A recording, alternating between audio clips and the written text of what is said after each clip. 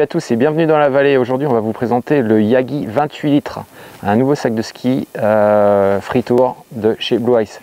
On va commencer par la ceinture tout simplement. Alors une ceinture qui est vraiment pas mal avec une poche mèche qui ouvre et qui ferme pour pouvoir mettre ses barres ou son téléphone qui rentre très bien. La deuxième chose super intéressante, c'est qu'on a mis un crochet métal pour ouvrir et fermer le sac avec une fermeture centrale. Et troisième chose au niveau de la ceinture, c'est cette petite Smart Pocket qui permet de mettre par exemple des papiers ou ton porte-caisse. On va passer à la suite. Là je vais l'enlever, je vais vous présenter un petit peu tout ce qu'on va pouvoir voir sur le sac.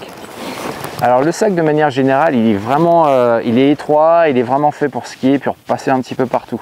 Ce qui est vraiment bien déjà dans un premier temps, c'est cette fameuse poignée qu'on retrouve ici pour le porter tout simplement. C'est vraiment génial, notamment dans la benne quand c'est un petit peu plein.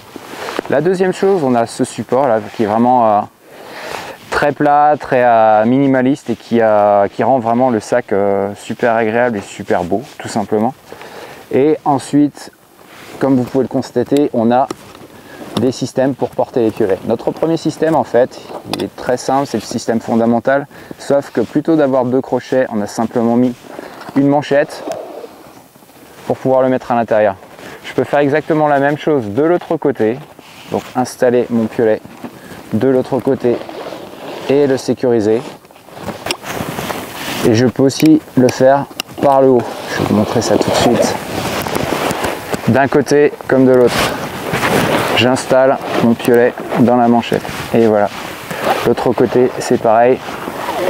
Et de cette manière, sur le sac, je peux porter également deux piolets. Sur le Yagi 28, on a différentes méthodes pour porter les skis. On en a deux, à savoir la première qui est une méthode diagonale grâce à cette boucle qui se trouve en bas du sac et grâce à une sangle également que vous allez pouvoir ajouter en accessoire sur le haut de la bretelle à ce niveau-là. Pour mettre les skis en place, c'est assez simple. Je vais prendre la poignée, je vais passer un bout de la sangle d'un côté et je vais faire le tour de mes skis de l'autre côté. Ils se placeront de cette manière en diagonale sur votre sac et ne bougeront pas, ne vous embêteront pas, ni en traversée d'arête, ni en descente. La deuxième méthode que vous connaissez tous, j'imagine, c'est la méthode noire, donc c'est très facile à ce niveau-là.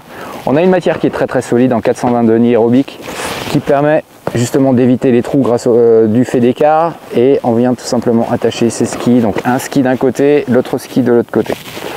Voilà pour tout ce qui est portage de ski sur le Yagi. On va en venir à la poche de sécurité à présent qui va se trouver directement ici, et cette poche est accessible par le haut via une fermeture éclair qui se trouve là. Dans cette poche, on va pouvoir retrouver un compartiment qui est suffisamment vaste pour pouvoir mettre la sonde et la pelle.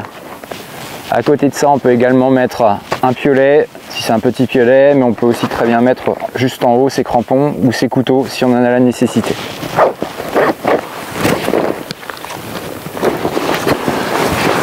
L'effet majeur en fait de notre sac du Yagi, c'est cette facilité d'accès au niveau du dos grâce à ces zips d'ouverture qui vont permettre facilement d'accéder à toute la partie arrière, à tout ce que je veux dans mon sac. Je peux avoir accès à mes broches, mon Gore-Tex, bonnet et ainsi de suite.